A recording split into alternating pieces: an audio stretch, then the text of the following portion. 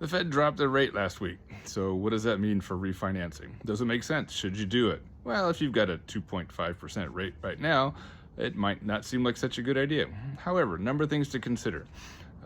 Do you have a lot of credit card debt? Are you tens of thousands of dollars in debt on credit cards that are charging you 30, 32, 35% interest? That's a lot of interest every month.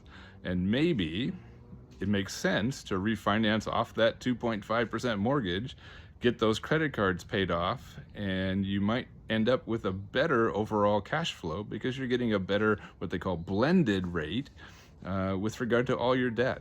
So it's not just a matter of necessarily what's your mortgage interest rate if you're trying to use your mortgage to pay off some other super high interest debt. But let's work on that. We can do analysis of that and see what makes sense.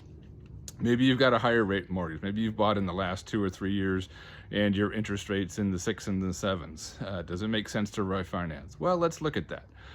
Again, it usually makes sense when you're able to lower your interest rate, say 0.5% or more.